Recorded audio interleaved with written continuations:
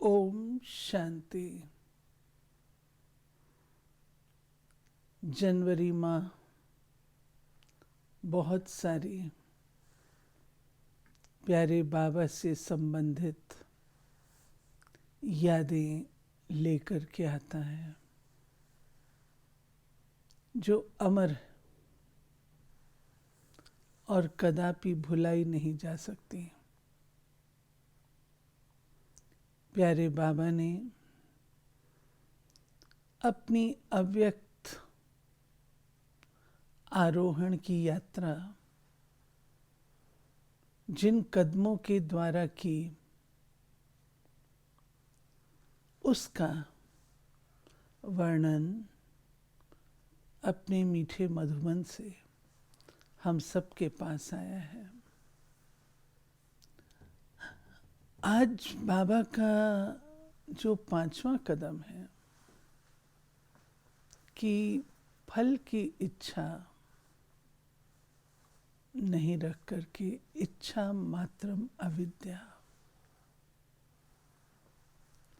बाबा ने हम बच्चों को स्लोगन दिया है कि इच्छा अच्छा बनने नहीं देती। संगम युग की पुरुषार्थ की एक प्रारब्ध इच्छा मात्रम अविद्या और सतयुगी सृष्टि की एक निशानी है इच्छा मात्रम अविद्या। सतयुग में भी इच्छा क्या होगी उसका हमें ज्ञान ही नहीं होता, इसीलिए वो सतयुग है। और संगम युग पर जो पुरुषार्थ हम करते हैं, उस पुरुषार्थ में एक चीज है जिसको कहते हैं इच्छा न रखना। मीठे बाबा ने अपना पाठ बजाते बजाते 3 शब्दों के आधार से जो जीवन के दृष्टिकोण हो सकते हैं उससे निर्माण किया। अकर्ता, अभोक्ता और असोचता। कर रहे हैं लेकिन कर्तापन का भान नहीं है। बाबा अभोक्ता, निंदा स्तुति मान अपमान इन सब से मुक्त और असोचता। बाबा ने अपनी सोच भी अपनी नहीं रखी। जो शिव बाबा ने प्रेरणा दी, जो शिव बाबा ने बुद्धि में डाला, वही बाबा की सोच थी और इसीलिए वे सिद्धि स्वरूप थे।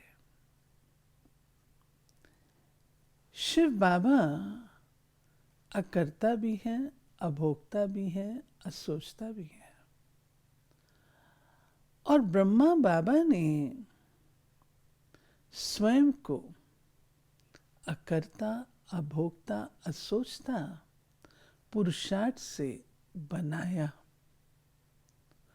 और इसका जो रिजल्ट रहा वह था अव्यक्त अवस्था। बाबा की अगर हम सारी जीवन कहानी देखें तो हम पाते हैं कि ब्रह्मा बाबा को किसी भी प्रकार की कमी तो नहीं थी। उनका जीवन संपन्न था, भरपूर था, सब कुछ उनके जीवन में उपलब्ध था। जब शिव बाबा ने उनको अपना बनाया, यज्ञ की रचना की, तो ब्रह्मा बाबा ने अपना सर्वस्व समस्त यज्ञ को अर्पित कर दिया। यज्ञ का निर्माण, जो कुछ उनके पास आध्यात्मिक रूप से, मानसिक रूप से और भौतिक रूप से जिसे वो अपना कहते थे, वो सब कुछ समर्पण कर दिया। और समर्पण करने के पश्चात जो ट्रस्ट बनाया, उस ट्रस्ट में अपना नाम, अपनी लौकिक बेटे का नाम, अपनी पुत्री का नाम नहीं डाला, अपना नाम भी नहीं डाला। कौन ऐसी हस्ती होगी जो इतनी इच्छाओं से मुक्त हो? लोग समर्पण करते हैं, कुछ लगाते हैं, ये सोचकर मेरी यादगार बन जाए, मेरा नाम चले। लेकिन मीठे बाबा ने अपने नाम से भी नहीं, परंतु ईश्वरीय विश्वविद्यालय का नाम प्रजापिता ब्रह्मा कुमारी ईश्वरीय विश्वविद्यालय रखा। कोई इच्छा नहीं रखी नाम, मान, शान की, क्योंकि वो आदि देव है। और कल्प वृक्ष के चित्र में अगर हम देखें तो वे जड़ों में बैठे हैं। जड़ धरती के नीचे होती है, धरती के ऊपर नहीं। जड़ गुप्त होती है, जड़ सेवाधारी होती है, जड़ सारे वृक्ष का विस्तार करने के निमित्त होती है। कभी भी जड़ को ये ख्याल नहीं आता कि सब लोग तो महिमा वृक्ष की कर रहे हैं, कितने सुंदर फल हैं, कितना सुंदर विस्तार है, कितने सुंदर फूल पत्ते हैं, कोई मेरी महिमा नहीं करता। अगर जड़ को ये विचार आ जाए कि असली तो मैं हूं जो सारे वृक्ष को थाम करके बैठी हूं, और उसे संकल्प आ जाए, मैं बाहर निकल के बताती हूं कि मैं हूं जिस कारण से ये सारा वृक्ष है, क्या होगा? सारा वृक्ष धराशायी हो जाएगा। मीठे बाबा ने अपने पाठ को इतना गुप्त रखा, जो आज ब्रह्मा के मंदिर में नहीं है। यादगार है, परंतु कोई प्रकार की इच्छा नाम, मान, शान की, अस्तित्व के नहीं रखी। प्यारे बाबा के सामने कई बार ऐसी बातें आईं, लेकिन बाबा ने सदा बच्चों को आगे रखा।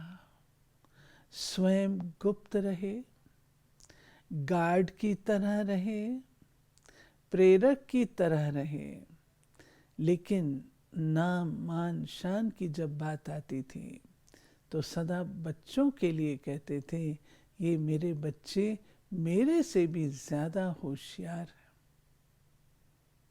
होशियार बच्चे को देख करके अवश्य पूछा जाता है कि इनको पढ़ाने वाला कौन, सिखाने वाला कौन? कभी भी बाबा ने ये भी स्वीकार नहीं किया कि मैं इन्हें आप समान बनाता हूं। सदा यही कहा, सारी महिमा उसकी है, निराकार ज्योति बिंदु की है।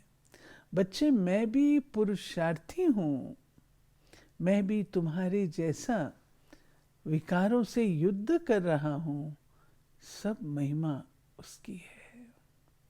ये भी इच्छा नहीं रखी कि लोग ये तो पूछें और रिकॉग्नाइज करें कि किसने इन्हें ऐसा बनाया। विश्व सेवाधारी होने के नाते, परोपकार की भावना उसके नाते, बाबा ने अपनी जीवन की शुरुआत हम सब पुरुषार्थ करके इच्छा मात्रम अविद्या होते हैं, लेकिन बाबा ने अपनी इस जीवन की शुरुआत ही इच्छा मात्रम अविद्या से की, क्योंकि बाबा ने ये समझ लिया, जान लिया कि यदि मैं स्वार्थ रखूंगा तो परोपकार नहीं कर सकता हूं। परमार्थ से स्वार्थ सिद्ध होता है, स्वार्थ से परमार्थ सिद्ध नहीं हुआ करता। इस भावना से बाबा ने सारे विश्व की सेवा और जो बीज बोए विश्व सेवा के, चाहे वह जापान में भेजने का था, दादियों को भेजा, दादी प्रकाशमणि और दादी रतन मोहिनी को, स्वयं पीछे रहे, बैकबोन बन करके रहे, बीज की तरह बल देने वाले बन करके रहे, लेकिन मंच पर, स्टेज पर दादियों को रखा। अगर हम गौर करें तो जितनी भी प्रकार की सेवाएं हम देख रहे हैं, वे सब सेवाओं के बीज बाबा ने डाले हैं। जैसे नोआज आंख होती है, आपको ख्याल होगा विनाश के समय जब सृष्टि जलमयी थी, प्रलय थी, कहते हैं उस समय क्रिश्चियनिटी में, बाइबल में आता है, सारी सृष्टि जलमयी थी और परमात्मा ने नोआ को कहा कि तुम इस सृष्टि से एक एक चीज का सैंपल अपनी इस नाव में रख लो। और नोआ ने वो सब चीजों के सैंपल डाले। अब ये कोई मात्र भौतिक रूप से पशु पक्षी इत्यादि की बात नहीं है, लेकिन बाबा ने जो संस्कार सेवाओं के हर वर्ग के डाले, ये उसकी बात है। और ये सब कुछ करते हुए जिसके लिए हम कहें किसने ये सब खेल रचाया, अपना आप सभी कुछ करके अपना आप छिपाया। जहां हम शिव बाबा की महिमा करते हैं, शिव बाबा गुप्त है, वहां ब्रह्मा बाबा की भी ये महिमा है कि ब्रह्मा बाबा भी सदा गुप्त रहे। मैं एक दो बातें बताना चाहूंगी। एक बार कोई बहुत धनाढ्य व्यक्ति बाबा से मिलने के लिए आया। ये सिंध हैदराबाद की बात है। उस समय यज्ञ में इतना धन नहीं था। उसने बाबा को कहा कि बाबा, आप मुझे ज्योति बिंदु का साक्षात्कार करा दो, कोई भी साक्षात्कार करा दो, मैं मान जाऊंगा और मैं बहुत सारा धन सेवा में लगा दूंगा। बाबा ने कदापि इस प्रकार की छोटी छोटी इच्छाएं जो उभर कर समय प्रति समय आती थी, कभी भी उन्हें ऑनर नहीं किया। मांगने से मरना भला। बच्चे, तुम्हारा हाथ कभी भी लेने की मुद्रा में नहीं, सदा देने की मुद्रा में हो। और ये एक कारण है कि इच्छा मात्रम अविद्या का जो बीज बाबा ने अपने बच्चों के अंदर डाला, मांगने से मरना भला, ये बीज डाला, उसका परिणाम ये रहा कि सब यज्ञ के जो हमारे आधार स्तंभ रहे, उनकी फाउंडेशन तपस्या रही। एक बार दिल्ली में अपना बहुत बड़ा एक केंद्र है, साउथ एक्सटेंशन, वहाँ पर बहुत रिंग रोड पर था, बहुत अच्छा स्थान था, लेकिन मकान मालिक ने खाली करने को कहा। बाबा को पूछा गया और डीडीए की ज़मीन के लिए अप्लाई किया गया। एक बार मैंने गुलजार दादी से कहा, मैंने कहा दादी, इतना महंगा अब सब कुछ हो गया है, पहले जब इतना सब कुछ सस्ता था तब बाबा ने हमें क्यों नहीं अलाउ किया ज़मीनें लेना, मकान लेना, अब तो इतने महंगे हो गए हैं। दादी गुलजार का कहना था कि यदि उस समय बाबा अलाउ कर देते तो हम तपस्या ही नहीं कर पाते। प्यारे बाबा ने न विश्व का निर्माण भौतिक बल से नहीं, लेकिन योग बल से किया है। और योग बल अर्थात तपस्या, आप सब जानते हैं कि हमारे यज्ञ में तपस्या से जो फाउंडेशन लगा है, त्याग से जो फाउंडेशन लगा है, वो आज इतना मजबूत प्रबल है, जो इतना विस्तार ईश्वरीय विश्वविद्यालय का अपने ऊपर वहन कर रहा है। तब बाबा हम बच्चों को कहते हैं कि बच्चे, इस दुनिया की कोई भी इच्छा रखना, वह आपके लिए उचित नहीं, चढ़ती कला नहीं, परंतु आपके लिए एक परीक्षा हो जाएगी। और शनै शनै यदि प्रारब्ध को यहाँ ही स्वीकार कर लिया, कच्चा फल खा लिया, तो पका हुआ फल आपको उपलब्ध नहीं हो सकता। और आप जानते हैं, यदि कच्चा फल खा लेते हैं तो उससे नुकसान भी तो होता है। मीठे बाबा ने अपनी हर चीज अपनी प्रारब्ध, भविष्य प्रारब्ध के लिए जोड़ी। कभी भी बाबा ने फूल मालाएं भी स्वीकार नहीं की। और ये एक कारण है, बाबा की प्रारब्ध में हर चीज जो उनको यहां मिलनी चाहिए थी, वो भी बाबा ने नहीं ली।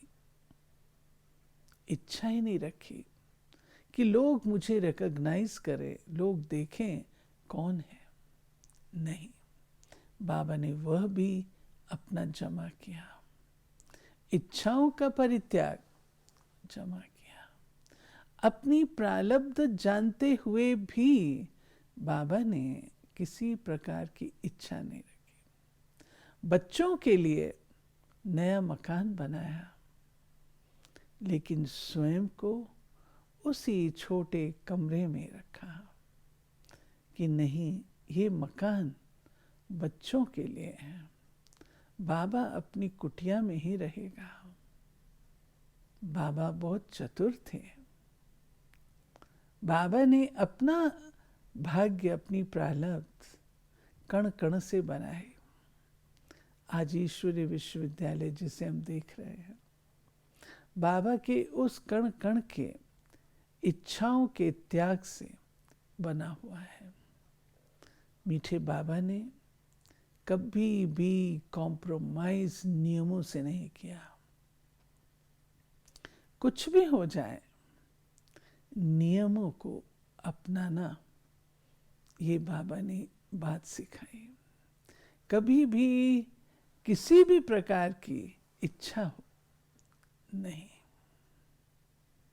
अगर कोई काम बन सकता है थोड़ा सा कॉम्प्रोमाइज करने से, बाबा उसे स्वीकार नहीं करते थे, उसका भी परित्याग। मुझे याद आता है, कॉलेज पढ़ते थे, मधुबन जाते थे, बाबा हम बच्चों की भी परीक्षा लेते थे। एक बार मधुबन गए, जब चलने लगे तो बाबा सौगात देते थे। बाबा ने जयपुरी नागड़े और दूसरा दुपट्टे उन दिनों चले थे नेट के, जिस पर एम्ब्रॉयडरी होती थी, तो बाबा ने दोनों चीज़ें बहुत अच्छी थी, लेकिन जयपुरी नागड़े थोड़े ज़्यादा ब्यूटीफुल थे। बाबा ने वो मंगाए थे और कहा, बच्ची तुम कॉलेज जाती हो ना, तुम्हारी सखियां हैं ना, वो पहनती होंगी, तुम भी ये पहनना, बाबा तुमको जयपुरी नागड़े पहनाता है। सुंदर थे, आकर्षक थे। मेरा दिल किया मैं जयपुरी नागड़े ले लूं, परंतु सामने मैंने देखा दादी हृदय पुष्पा थी, जो हमको बेंगलोर से लेकर के गई थी अपने साथ। दादी हृदय पुष्पा ने मुझे आंख के इशारे से कहा, नहीं ये नहीं लेना, वो जो दुपट्टा है वो लेना, बाबा परीक्षा ले रहा है। बाबा अपने बच्चों को जैसे स्वयं थे ऐसे बाबा बचाना चाहते थे। कोई प्रकार की इच्छा न रहे। अगर इच्छा होगी तो त्याग और वैराग्य नहीं होगा। और सच पूछिए, बाबा के जीवन में जो स्लोगन था, इच्छा थी पार ब्रह्म परमेश्वर को पाने की, उसे पा लिया, अब बाकी और क्या शेष रहा। ये चीज़ हम बाबा के जीवन में देखते हैं। सच, उसने अपने आप को इतना इस विश्व से ऊंचा उठा लिया था, जो बाबा को इस दुनिया की कोई भी चीज़ जिसकी इच्छा रखे वो मन को भाती ही नहीं थी। ये कलयुगी दुनिया है, जाने वाली दुनिया है। बाबा को ये बात स्मृति में रहती थी और इसके ऊपर बस अब घर जाना है। और बच्चे, आज मैं ये हूँ, कल मैं ये मिचनू श्री कृष्ण बनूंगा, इस बात का नशा था। तो जिसकी प्रारब्ध इतनी ऊंचे, वो इस सांसारिक इच्छाओं के प्रलोभन में कैसे आ सकता। इसे फल की भी इच्छा नहीं, अपने श्रेष्ठ कर्मों के फल की भी इच्छा नहीं। किसी को शिक्षा दी और उसने शिक्षा स्वीकार की, परंतु प्रैक्टिकल में नहीं लाया, बाबा उसकी भी इच्छा नहीं रखते थे। इतना बारीकी से बाबा के जीवन में ये धारणा थी। हर आत्मा का अपना पार्ट है, पूर है, राजाई स्थापन हो रही है। हम लोग को तो महसूस होता है, अगर कोई व्यक्ति ठीक नहीं और आप उसको कुछ शिक्षा दे रहे हो, वो नहीं करे, तो आपको फील होता है। मीठे बाबा को ये भी नहीं होता था। बाबा ने इस इच्छा से भी अपने को ऊपर रखा था। बच्चे, पाठ है, तकदीर हर एक की अपनी अपनी है। बाबा कितना पुरुषार्थ करा सकता है, लेकिन भाग्य भी तो चाहिए ना। बाबा ने ज्ञान के आधार से हर बात जो शिव बाबा ने, ज्ञान सागर ने सिखाई, उस ज्ञान को जो जीवन में अप्लाई किया, उससे बाबा ने जो प्रत्यक्ष फल है उसको सदा स्वीकार किया, और वो प्रत्यक्ष फल था खुशी और नशा। इस 5वें कदम जो हमने देखा बाबा के जीवन में, इसको यदि हम स्वयं भी यूज करें, संपूर्णता का ये मंत्र फॉलो फादर करते रहें, तो ये जीवन हमारा बाप समान इच्छा मात्रम अविद्या बन जाएगा। ओम शांति।